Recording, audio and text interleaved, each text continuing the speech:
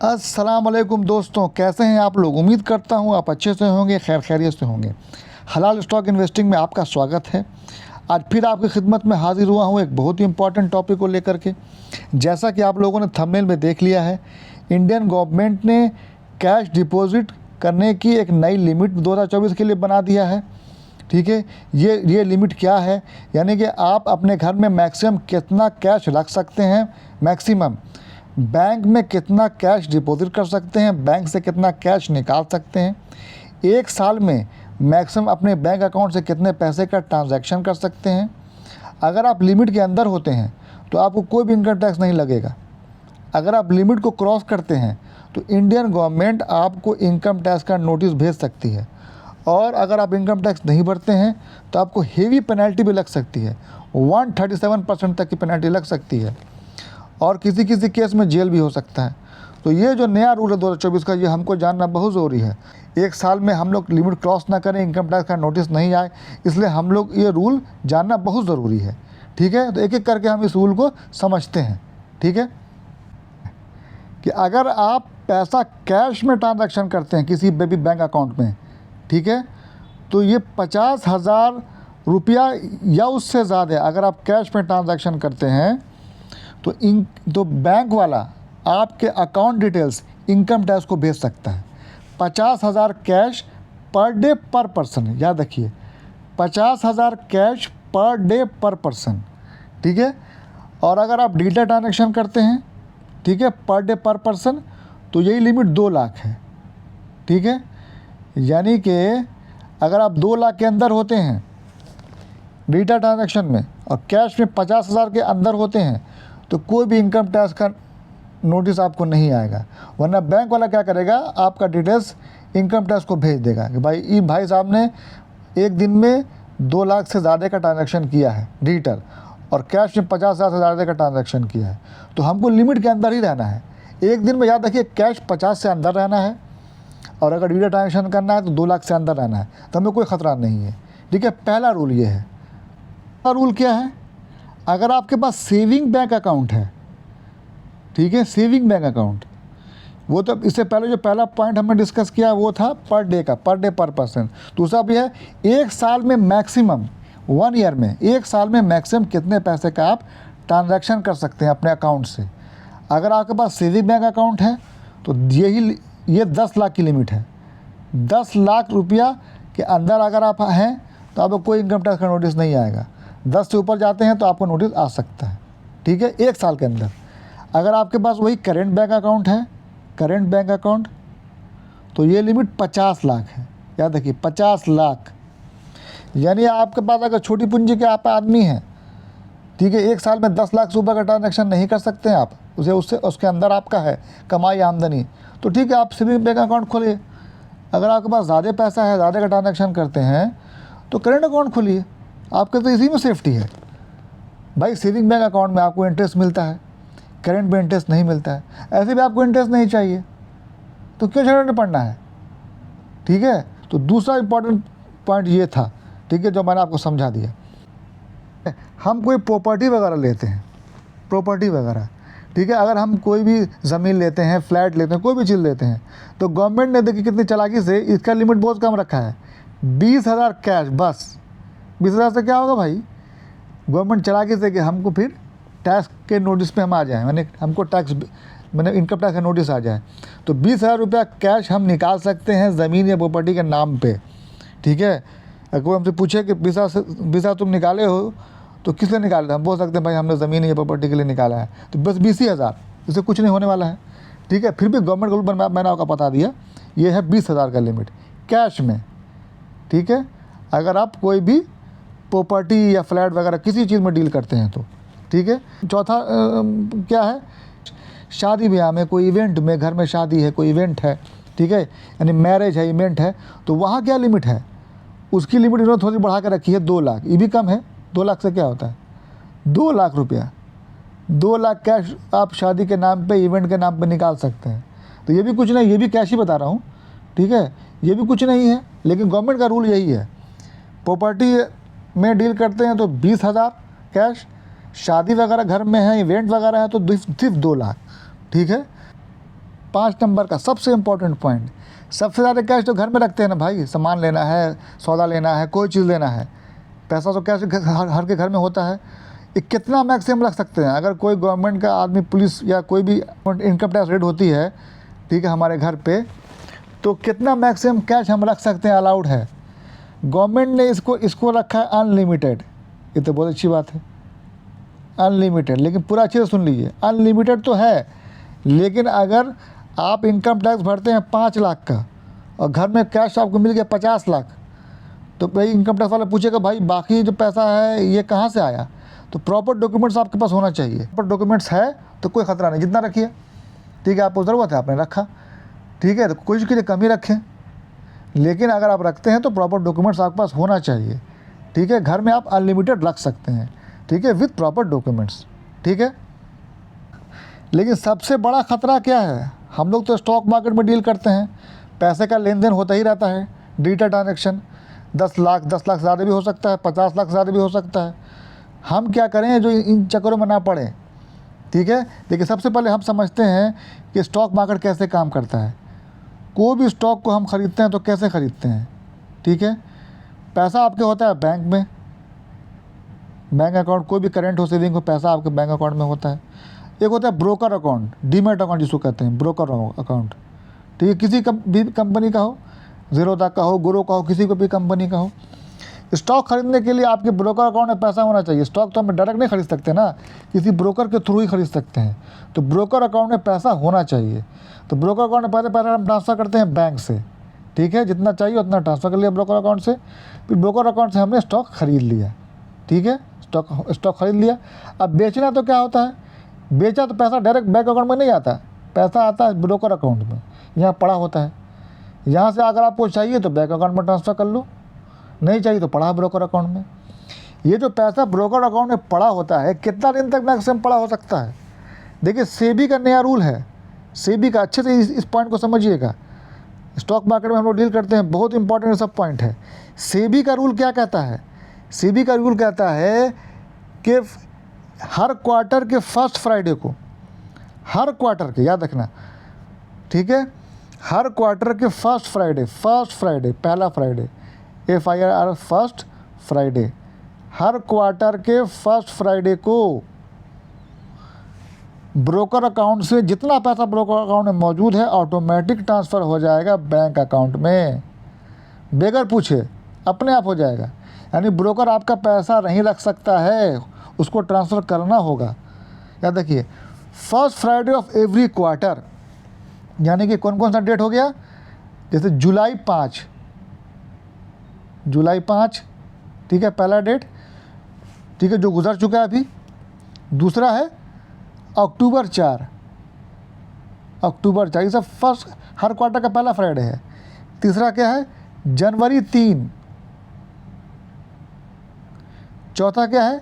अप्रैल 4। ये सब 2025 का बता रहा हूँ, ये 24 का है, 25 का। जुलाई 5, अक्टूबर 4, जनवरी 3, अप्रैल 4, ये सब हर क्वार्टर का पहला फ्राइडे है। इस डेट को जितना भी पैसा आपके अकाउंट में होगा, ब्रोकर अकाउंट में, ऑटोमेटिक ट्रांसफ़र हो जाएगा बैंक अकाउंट में, आप चाहो ना चाहो। तो लोग क्या करते हैं, हड़बड़ा करके, कि पैसा फिर बैंक में ना चला जाए और हम गवर्नमेंट की नज़र में ना आ जाए। देखिए, पैसा बार बार बैंक में जा रहा है, फिर बैंक से फिर हमको स्टॉक खरीदना, फिर हमको ट्रांसफ़र करना होगा ना ब्रोकर अकाउंट में, तभी तो हमको स्टॉक खरीद सकते हैं। तो पैसा चला गया बैंक में, फिर ट्रांसफ़र किया ब्रोकर अकाउंट में, तो बार बार जो बैंक में जा रहा है, तो गवर्नमेंट तो समझ रहा है कि वो ट्रांजेक्शन इसका बढ़ रहा है, यानी कि इनकम टैक्स के दायरे में हम आ जाएंगे, है कि नहीं, फ्री का आ जाएंगे। बार बार जा रहा है पैसा, बैंक अकाउंट से आ रहा है, जा रहा है। तो हमको ऐसा काम नहीं करना है कि पैसा बार बार आपके बैंक अकाउंट में जाए आए, ठीक है, ब्रोकर अकाउंट में ही पड़ा रहे या स्टॉक में इन्वेस्टेड रहें, ताकि हम गवर्नमेंट के नज़र में नहीं आए। बैंक असल ख़तरा है, बैंक में नहीं जाए पैसा बार बार, इसका लिमिट ना है जी 10 लाख या 50 लाख, ब्रोकर अकाउंट का थोड़ी कोई लिमिट है। तो इधर पैसा ना जाए, बैंक में ना जाए, ठीक है। यहाँ सेबी का रूल है कि अपने आप डाल दे रहा है, क्या करें, फर्स्ट फ्राइडे को, ठीक है। तो इससे बचने का क्या तरीका है, ठीक है। तो लोग क्या करते हैं, हबड़ा करके कि इस तारीख से पहले कोई ना कोई स्टॉक खरीद लेते हैं, उल्टा पुल्टा, जल्दी हबड़ा करके, उससे आपको नुकसान भी हो सकता है। मैं आपको बहुत अच्छा तरीका आज बताने जा रहा हूँ, गौर से ये तरीका सुनिएगा, बिल्कुल सेफ साइड। ठीक है, जो ज़्यादातर प्रोफेशनल लोग, ज़्यादातर बड़े स्टॉक इन्वेस्टर लोग ये इस्तेमाल करते हैं, जो मैं आपको बताने जा रहा हूँ, गौर से सुनिएगा। तो बड़े बड़े जो इन्वेस्टर लोग हैं वो पैसा कहाँ पार्क करते हैं ताकि उनका पैसा बार बार बैंक अकाउंट में न जाए? तो एक होता है लिक्विड बीज, LIQUID, लिक्विड बीज। ये निप्पॉन इंडिया का एक ETF है, ये एक डेप्ट ETF है, ठीक है, ETF टाइप है डेप्ट, ठीक है। इसका नाम है लिक्विड बीज। इसका वॉल्यूम बहुत ज़्यादा होता है, ठीक है। इसकी प्राइस हमेशा 1000 होती है, 1000 रुपीज़ का एक यूनिट होता है ये, हमेशा 1000 के आसपास, जब चाहो बेचो, जब चाहो ख़रीद लो। इसका वॉल्यूम बहुत ज़्यादा होता है, इतना ज़्यादा वॉल्यूम होता है कि अगर 1 करोड़ 10 करोड़ का भी आपके पास पैसा है ना, ख़रीदना चाहते हैं, बेचना चाहते हैं, तो 1 सेकंड में ख़रीद जाएगा, आप बेच सकते हैं। इतना ज़्यादा वॉल्यूम होता है, क्योंकि सब इसको इस्तेमाल करते हैं, सब पार करते हैं इसी में, जितने बड़े लोग हैं, तो इसमें कोई वॉल्यूम की कमी नहीं होती, ठीक है। उसके प्राइस हमेशा 1000 के आसपास होता है, ठीक है। कम से कम इसकी प्राइस जो होती है वो होती है 999.99, ठीक है, कम से कम, ठीक है। और मैक्सिमम जो होती है वो 1000.01, ये मैक्सिमम प्राइस होती है, ठीक है। ये कभी कभी, लेकिन ये इस प्राइस पर मिलता है, कभी कभी इस प्राइस पर मिलता है। ज़्यादातर जो आपको ना ये हमेशा 1000 पे मिलेगा, 1000 पर तो आपको हमेशा मिलेगा, जब चाहो मिलेगा, ठीक है। तो ये जो बड़े बड़े होते हैं ना ट्रेडर लोग, वो इस पर लेते हैं, इस पर ख़रीदते हैं और इस पर बेचते हैं। हमको तो मतलब नहीं, हमको तो सिर्फ पार करना चाहिए ना, इंटरेस्ट चाहिए भी नहीं, कुछ नहीं चाहिए, तो हम 1000 ही में लेंगे, हमेशा मिल जाता है, हमेशा ख़रीद सकते हैं, हमेशा बेच सकते हैं। तो इसकी प्राइस हमेशा 1000 होती है, ठीक है। और 1000 इसकी एक यूनिट की प्राइस है, ठीक है। अच्छा, जैसे आपको सेविंग बैंक अकाउंट में कुछ इंटरेस्ट मिलता है, तो इसमें भी आपको इंटरेस्ट मिलता है। ऐसा नहीं है कि आप 1000 हमेशा है तो हमेशा 1000 रहेगा, आपको उसमें इंटरेस्ट मिलता है। इंटरेस्ट तो हमको चाहिए नहीं, जैसे सेविंग अकाउंट में नहीं चाहिए। इसका इंटरेस्ट 4 से 5% एनुअल होता है, ईयरली। सेविंग बैंक अकाउंट में भी इसी के आसपास होता है, 4 से 5% का।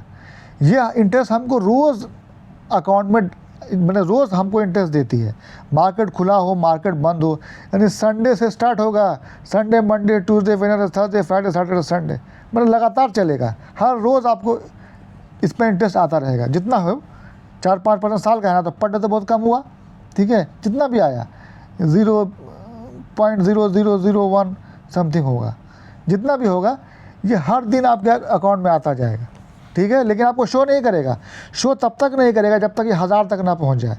जैसे आपने 100 यूनिट लिया 1 लाख का, 1 लाख का आपने 100 यूनिट लिया, ठीक है, चूँकि 1 यूनिट का प्राइस 1000 है ना, ठीक है। तो अगर आपने 100 यूनिट लिया 1 लाख का, ठीक है, तो अब रोज़ इसमें चढ़ रहा है इंटरेस्ट, जब तक इंटरेस्ट 1000 नहीं होगा, शो नहीं करेगा।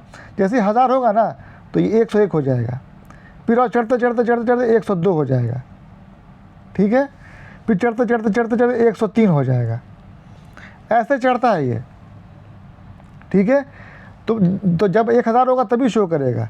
तो हमको पता चल गया कि हमारा इंटरेस्ट कौन सा पार्ट है, ठीक है। ये जो 3 है एक्स्ट्रा, ये इंटरेस्ट है, 100 तो हमारा प्योर पैसा है।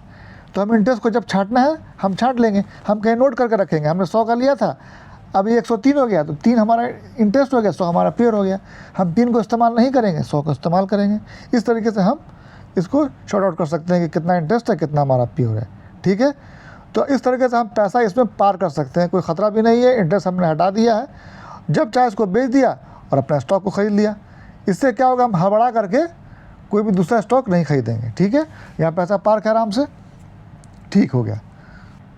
इस लिक्विड बीज को ख़रीदने के लिए हमको कुछ चार्ज भी लगता है। जैसे हम कोई स्टॉक खरीदते हैं ना, तो एक जो क्या अगर ख़रीदने में तो कोई चार्ज नहीं लगता है, कोई भी स्टॉक हम खरीदते हैं ना, तो ख़रीदने में कोई चार्ज नहीं देना पड़ता है, बहुत कम चार्ज लगता है, STT वगैरह बहुत कम, ना के बराबर, ठीक है।